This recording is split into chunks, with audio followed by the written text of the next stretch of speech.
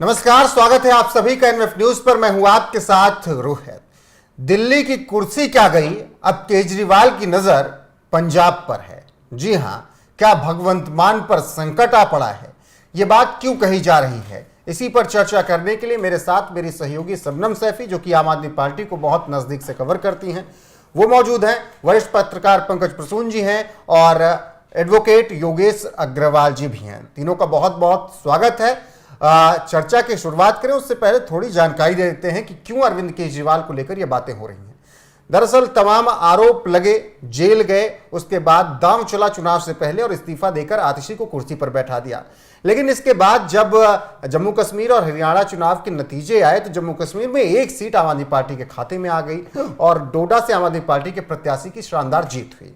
अब आम आदमी पार्टी के प्रत्याशी की जीत के बाद वोटरों का धन्यवाद करने के लिए अरविंद केजरीवाल पहुंचे और पंजाब के सरकार का हेलीकॉप्टर भी यूज कर लिया। और इसके बाद तमाम और चीजें हैं जो कि आगे आपको पता चलेंगी, जिसके आधार पर कहा जा रहा है कि केजरीवाल की नजर अब भगवंत मान की कुर्सी पर है। यानी क्या वो पंजाब के सीएम बनना चाहते हैं? बाकी कुमार विश्वास ने क्या कुछ कहा था अरविंद केजरीवाल को लेकर और पंजाब को लेकर, वो भी आगे आपको बताया जाएगा। तो सबका बहुत बहुत स्वागत है।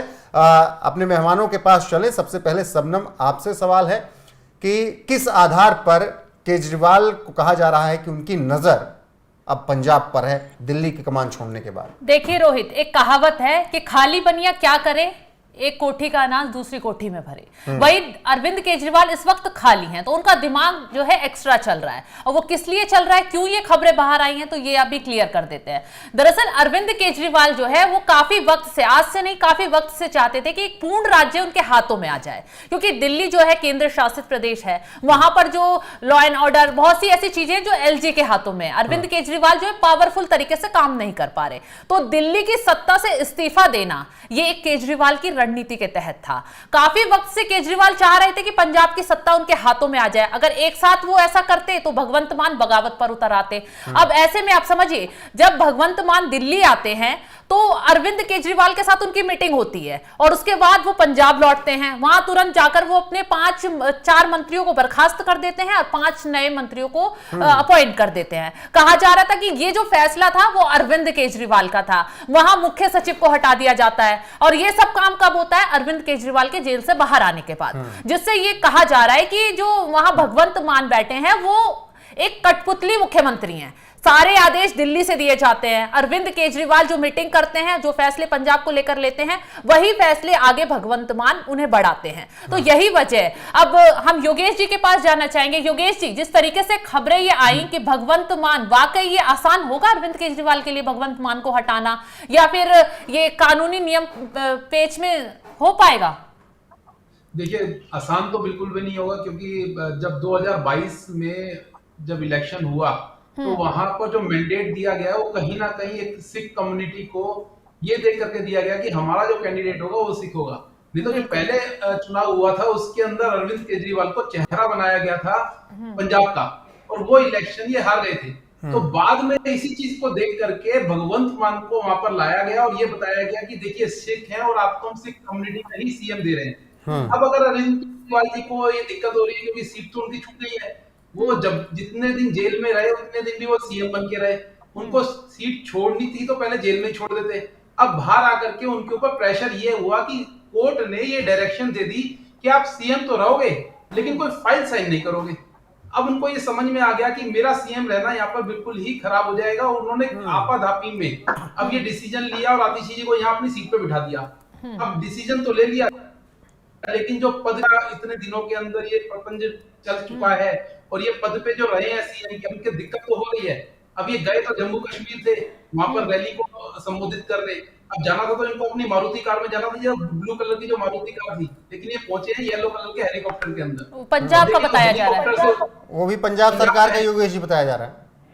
तो पता नहीं वो ब्लू मारुति कार कहाँ गई थी। वो तो वैगनार चोरी हो गई थी ना, फिर हालांकि मिल गई थी। वैगनार चोरी हो गई थी, फिर मिल भी गई, चोरी हुई थी सर। अब तो अब देखिए, अब ये अब जो आपने क्वेश्चन पूछा है कि पंजाब में क्या ये आसान होगा, आसान बिल्कुल नहीं होगा, क्योंकि ये पूरा का पूरा मैंडेट जो मिला था वो अरविंद केजरीवाल जी को नहीं मिला था, वो कहीं ना कहीं भगवंत मान जी को मैंडेट दिया गया है। लेकिन कठपुतली है उनके हाथों की।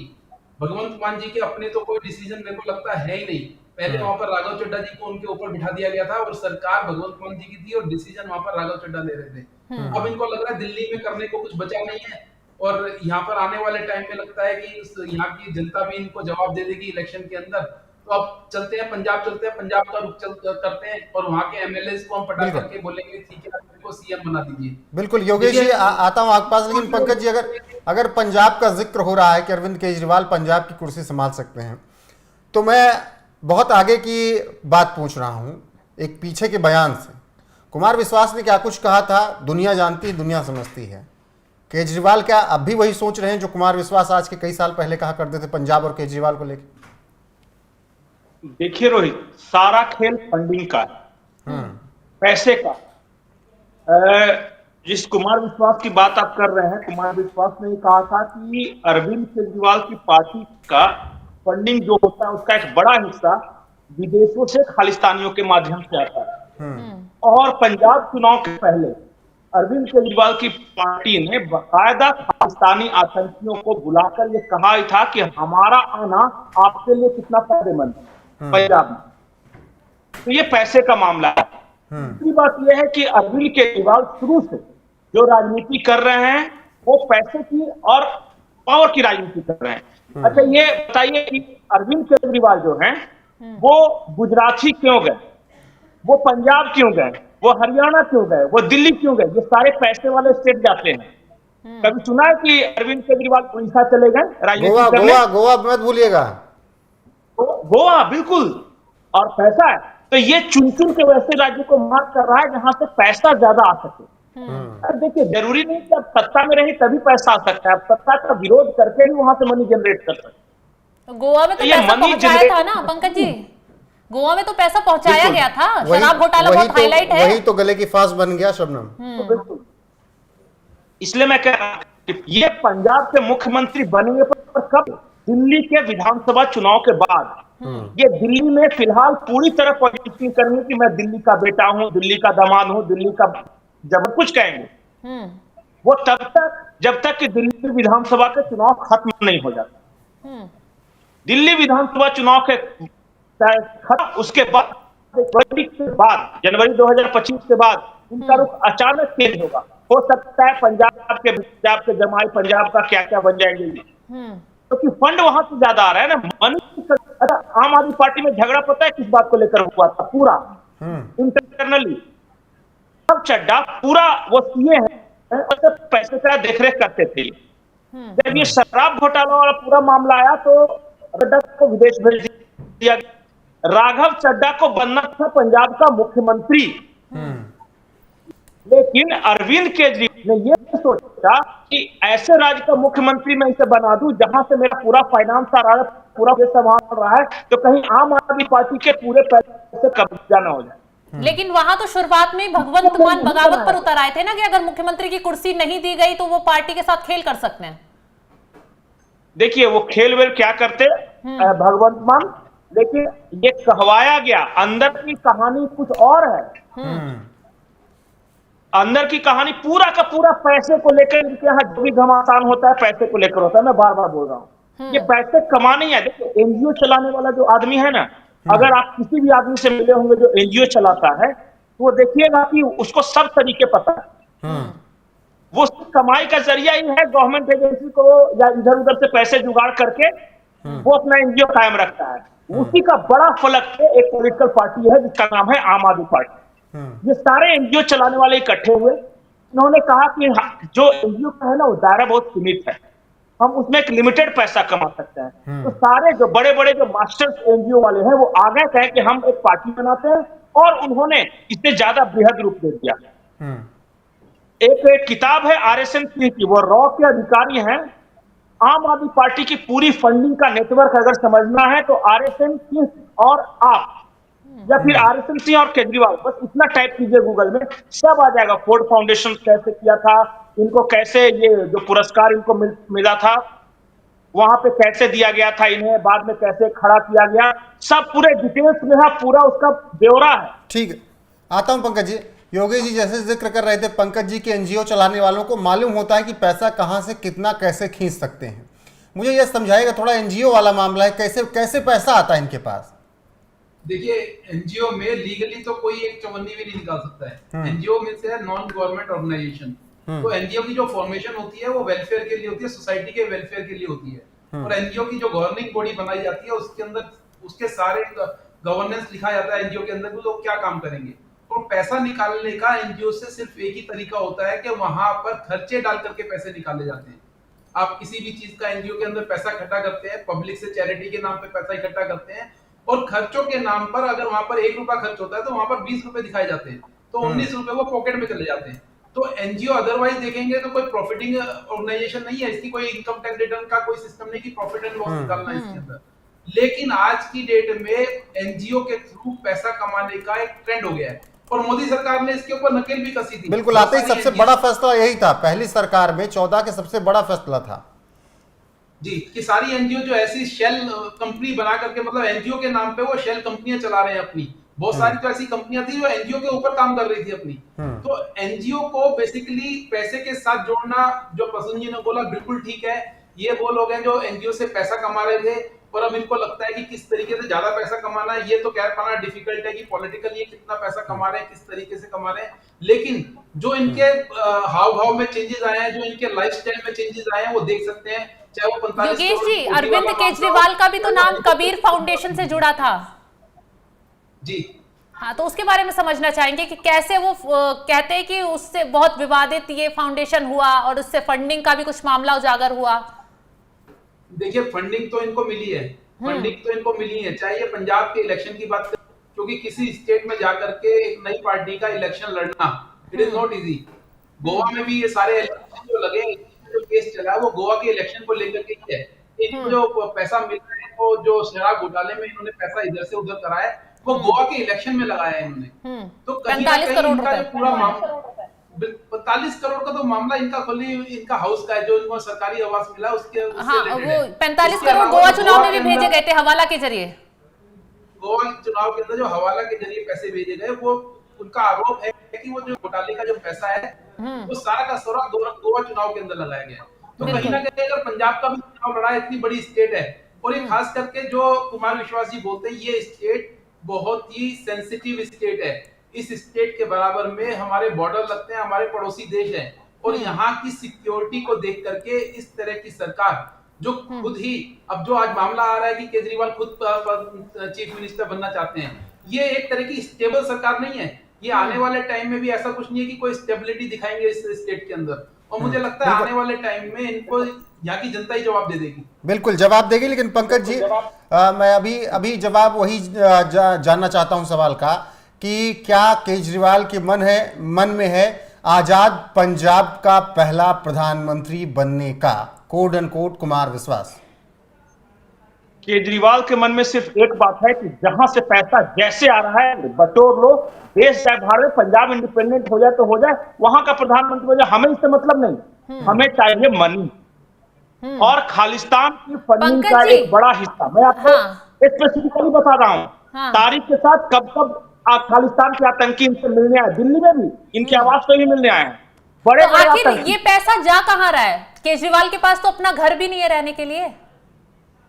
अरे मैडम, क्या कहते हैं ना कि अब मैं क्या उस शब्द को बोलूं कि जो एक पार्टिकुलर शब्द है उसको, कि आप गरीबी दिखाकर अमीर से ज्यादा महंगा करते हैं। एक सरोजिनी नायडू की एक चिट्ठी है महात्मा गांधी को, और उसमें उन्होंने कहा है कि गांधी जी आपकी गरीबी हमें बहुत महंगी पड़ रही है। तो उसमें उन्होंने उदाहरण बताया कैसे, कि आपने तो कह दिया कि हम सेकंड क्लास डब्बे में यात्रा करेंगे, लेकिन सेकंड क्लास डब्बे में आप अकेले होते हैं और आगे पीछे का 2 डब्बा हमें खाली करा के रखना पड़ता है, वो कॉस्ट आ गया। आप लंदन में जाते हैं और बकरी का दूध मंगाते हैं हमें, तो वहां बाकी सब दूध तो मिल जाता है, लेकिन बकरी के दूध के लिए हमें 1200 अतिरिक्त खर्च करने पड़ते हैं उस जमाने में। तो कुछ गरीबियां ऐसी होती है ना कि वो डेस्परेट गरीबी है, वो दिखाने के लिए है। अब आपको क्या लगता है कि आदमी हेलीकॉप्टर में घूम रहा है, इसके पास शर्ट पहनने को पैसे नहीं है, लेकिन देखिए कौन सा शर्ट पहन के घूम रहा है, इतना महंगा हेलीकॉप्टर में घूम रहा है। अब उनकी तो अपनी जो पार्टी की राज्यसभा सांसद हैं स्वाति मालीवाल, उन्होंने तो तंज कसा है कि पंजाब घाटे में है, और देखिए एक प्राइवेट जेट से ये घूम रहे हैं। इस देश में सबसे ज्यादा कर्ज अगर किसी एक राज्य पे है तो वो पंजाब पे है। बिल्कुल। और कर्ज की वजह आप जाके आंकड़े निकाल कर देख लीजिए, और उस 3.5 लाख कर्ज की करोड़। वजह जी, और उस कर्ज की वजह सिर्फ दो बताई गई है। नेताओं का एक्स्ट्रा वेजन खर्च, मतलब वो बहुत दिखावा इधर उधर, और दूसरा फ्री मुफ्त की रेवड़ियां। फ्री भी, और ये दोनों बिल्कुल इनकी पार्टी पे सटीक बैठता है। ये सबसे ज्यादा सिक्योरिटी, ये तो बताइए, म्युनिसिपल का एक सीएम था, अब तो वो भी नहीं है, लेकिन गाड़ियों का काफिला देखिएगा, बड़े बड़े राज्य के बड़े बड़े सीएम से ज्यादा है। ठीक है जिसमें पंकज जी, मेरा यहाँ महंगे एक सवाल और है, एक सवाल और है, उसी में ऐड करते चलेगा। क्या अरविंद केजरीवाल अगर दिल्ली की राजनीति छोड़ते हैं, पंजाब जाते हैं, तो एक जो सपना था राष्ट्रीय पार्टी बनने का, बन भी गए, उसको, उसका जो आधार है वो कम नहीं हो जाएगा अगर वो दिल्ली छोड़ देते हैं? तब उसका निगेटिव इफेक्ट नहीं पड़ेगा?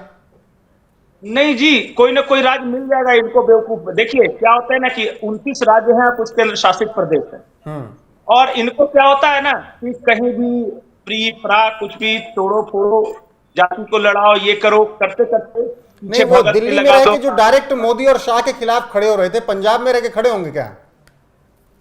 अरे मोदी और शाह की बात नहीं, इनको चाहिए कंप्लीट पावर। पुलिस, ये कंप्लीट दिल्ली में नहीं मिल पा रहा था। तभी दिल्ली तो में कोई भी इन्होंने एक्शन लाल- लेता होता है, पंजाब पुलिस का चाहिए, इस्तेमाल किया जाता पुलिस है। की पावर चाहिए। बिल्कुल, जब हाथ में डंडा, वही वही के लिए तो ये बचान है। और इनको क्या चाहिए, इनको पैसा और पावर चाहिए। देखिए ये सब जो है ना कि हम दुनिया बदलने आए हैं और राजनीति बदलने आए हैं, वो दी क्या इतने दिनों में कि कितनी राजनीति बदल दी। शीला दीक्षित ने दिल्ली की इतनी सेवा की, इतने सारे फ्लाईओवर्स बनाए, इतने इंफ्रास्ट्रक्चर बनाए, क्या कुछ नहीं किया। और इन्होंने एक ईंट तक नहीं डाली है, और देखिए लगातार राज कर रहे हैं और इतनी इतनी सीटें जीत के आ रहे हैं। बताइए आप दिल्ली का इंफ्रास्ट्रक्चर ये करिए, तो लोगों को डेवलपमेंट नहीं चाहिए, लोगों को एंटरटेनमेंट चाहिए, और यह इंटरटेन बहुत अच्छा करता है, ये उलझाए रखता है हर चीज में। पंकज ये जी, एक हर चीज और 10 मिनट जानना में चाहेंगे। कोई ना कोई न्यूज बना देते। अभी हाल फिलहाल में एक तस्वीर सामने आई है, आतिशी अभी मुख्यमंत्री बने 1 महीना नहीं बीता, प्रधानमंत्री मोदी से मुलाकात करने पहुंच गई है। हालांकि ये शिष्टाचार मुलाकात बताई जा रही थी, लेकिन इसके क्या कुछ और मायने भी हो सकते हैं? नहीं नहीं, ये देखिए, ये लोग पॉजिटिव करते हैं, मीडिया के camera friendly also. Yogesh ji कुछ कह रहे हैं, योगेश जी कुछ कह रहे हैं। देखिए इनकी पार्टी में अंदर कलह तो हो चुकी है। जब ये केजरीवाल जी अंदर थे तो बहुत सारे ऐसे कैंडिडेट थे जो खुद को सीएम बनाने की कोशिश कर रहे थे, वो दिखाने की कोशिश कर रहे थे, क्योंकि इनके जो शीर्ष नेता थे वो सारे जेल के अंदर थे उस टाइम, चाहे वो केजरीवाल जी थे, चाहे मनीष सिसोदिया थे, सत्येंद्र जी तो अभी भी जेल के अंदर ही हैं, और अभी लगता है हमको जल्दी से बेल भी नहीं मिलने वाली है। तो उस टाइम ऐसा लग रहा था कि दिल्ली के अंदर कहीं ये सौरभ भारद्वाज भी अपने आप को प्रोजेक्ट कर रहे थे कि मैं सीएम के पद का दावेदार हूँ, आतिशी ने भी अपने आप को प्रोजेक्ट करा, स्वाति मालीवाल ने भी प्रोजेक्ट करा, वो डिस्प्यूट हो गया, कहीं ना कहीं वो डिस्प्यूट भी इसी चीज को लेकर के हुआ होगा। और अब देखिए पंजाब में इन्होंने जो अपनी सत्ता को वहां पर काबिज करने के लिए विभव कुमार को पंजाब भेज दिया, और वहां पर उनको स्पेशल सलाहकार बना करके अपॉइंट कर दिया है। अभी जबकि ये जो न्यूज है अभी न्यूज ही है, इसको अभी आधिकारिक तौर पर अनाउंस नहीं करा गया है, लेकिन ये बताया जा रहा है कि विभव कुमार को पंजाब भेज दिया गया है भगवंत मान जी का स्पेशल सलाहकार बना करके। तो ये जो चीजें शो कर रही है, कहीं ना कहीं इनकी पार्टी के अंदर कलह शुरू। बिल्कुल। जिस तरीके से तमाम सवाल थे, अगर शबनम आपके सवाल पंकज जी से और हो तो। पंकज जी, क्या अब अरविंद केजरीवाल 2025 के बाद आसानी से पंजाब की सत्ता कब्जा पाएंगे? क्या भगवंत मान को किनारे करना आम आदमी पार्टी के लिए आसान होगा? क्या वो कुर्सी छोड़ पाएंगे? नहीं, भगवंत मान को हटाने के लिए हेल्थ इशू बताया जाएगा। अभी आपको पता है ना कि बीमारी से, लिवर सिरोसिस वगैरह से ये पीड़ित हो गए। हाँ, अभी हाल ही में दिल्ली में भी बीमार हो गए। हो सकता है दूसरा वाला भी इशू बता दिया जाए, उसको यहाँ पर हम हाँ बात नहीं हाँ कर हाँ हाँ, वही कि लीवर की बीमारी क्यों हो, शायद रीजन भी बता दिया जाए कि अत्यधिक करने से वो लीवर वगैरह की बीमारी होती है। तो ये बता दिया है कि इनकी तबीयत ठीक नहीं रहती है, बेचारे बहुत बीमार हैं, इतना महत्वपूर्ण राज्य है, और देखिए हमें तो संभालने की जिम्मेदारी दी गई है, तो एक ही आदमी है जो संभाल सकता है। पहले क्या होता है ना कि अपना लेफ्टिनेंट भेज दिया वहां, अरे सर्वे करवा लेंगे ना, और उसके बाद तब यही बताया जाएगा। देखिए जो 2025 में अगर दिल्ली हारे तब भी जाएंगे, और जीते तब भी जाएंगे, क्योंकि दिल्ली में बहुत कुछ करने के लिए नहीं है, हाथ पांव बंधे रहते हैं। पंकज जी उसके साथ पंजाब में सर्वे भी करवा लेंगे ना लोगों के बीच में, दिल्ली और पंजाब मिला के सर्वे करवा लेंगे कि कहाँ कम सीएम मुझे होना चाहिए। इनका सर्वे करने के लिए योगेंद्र यादव बैठा हुआ है। उसका रिजल्ट पहले ही से पता होता है। वो पिच क्यूरेटर है ना, हर जगह जाए कहता है कि हमने तो पिच तैयार कर दी थी, अखिलेश को बल्लेबाजी करने नहीं आई। फिर कल बोल रहा था कि हरियाणा में पिच तैयार कर दी थी, कांग्रेस को बल्लेबाजी करने नहीं आई। अब पंजाब में भी पिच तैयार कर देगा। बिल्कुल सर्वे ही तो करने हैं। बिल्कुल, शायद वही पिच तैयार कर रहे हैं अरविंद केजरीवाल भी। देखना होगा कि जो खबरें उठी हैं, हालांकि कई जगह से खबरें हट भी गई हैं अरविंद केजरीवाल के पंजाब के सीएम बनने को लेकर। जैसे ही खबर आई कुछ देर में ही उसके पीछे का कारण क्या, धीरे धीरे उसका भी खुलासा होगा। लेकिन फिलहाल क्या पंजाब की तरफ अरविंद केजरीवाल रुक रहे हैं? जी पंकज जी, कारण मैं बताऊं, एक छोटा सा जवाब। उसके पीछे का कारण यह है कि सबसे ज्यादा मीडिया को फंड देने वाली आम आदमी पार्टी है, दिल्ली की मीडिया को। ठीक है पंकज जी। रोहित, ये भी कहा जा रहा है कि 2025 की जो भविष्यवाणी है वो कहीं ना कहीं अरविंद केजरीवाल ने भांप ली है लोकसभा चुनाव को लेकर, क्योंकि दिल्ली में लोकसभा चुनाव में जो आम आदमी पार्टी के नतीजे आए, वोट बैंक काफी खिसकता हुआ नजर आया। उन्हें लगा कि जिन सीटों पर आम आदमी पार्टी पिछली बार बहुत अच्छे मार्जिन से जीती थी, वहां बहुत कम वोट मिला है। तो अरविंद केजरीवाल को लग रहा है कि इस बार दिल्ली भी हाथ से जा सकती है। बिल्कुल, और इसीलिए वो अपनी पिच तैयार कर रहे हैं। वो पिच पंजाब की है। पंजाब में क्या वो भगवंत मान को किनारे लगाकर सत्ता पर बैठना चाहते हैं, ये आने वाला वक्त ही बताएगा। फिलहाल इसी मुद्दे पर चर्चा करने के लिए मेरे साथ एडवोकेट योगेश अग्रवाल, वरिष्ठ पत्रकार पंकज प्रसून और मेरे सहयोगी और आम आदमी पार्टी को बेहद करीब से कवर करने वाली शबनम सैफी भी थी। तो आप सभी का शुक्रिया। अब आप सबको क्या लगता है, क्या अरविंद केजरीवाल पंजाब जा सकते हैं? कमेंट में अपनी राय जरूर बताइएगा। वीडियो को शेयर कीजिएगा, लाइक कीजिएगा, चैनल को सब्सक्राइब कीजिएगा। बने रहिएगा हमारे साथ। नमस्कार।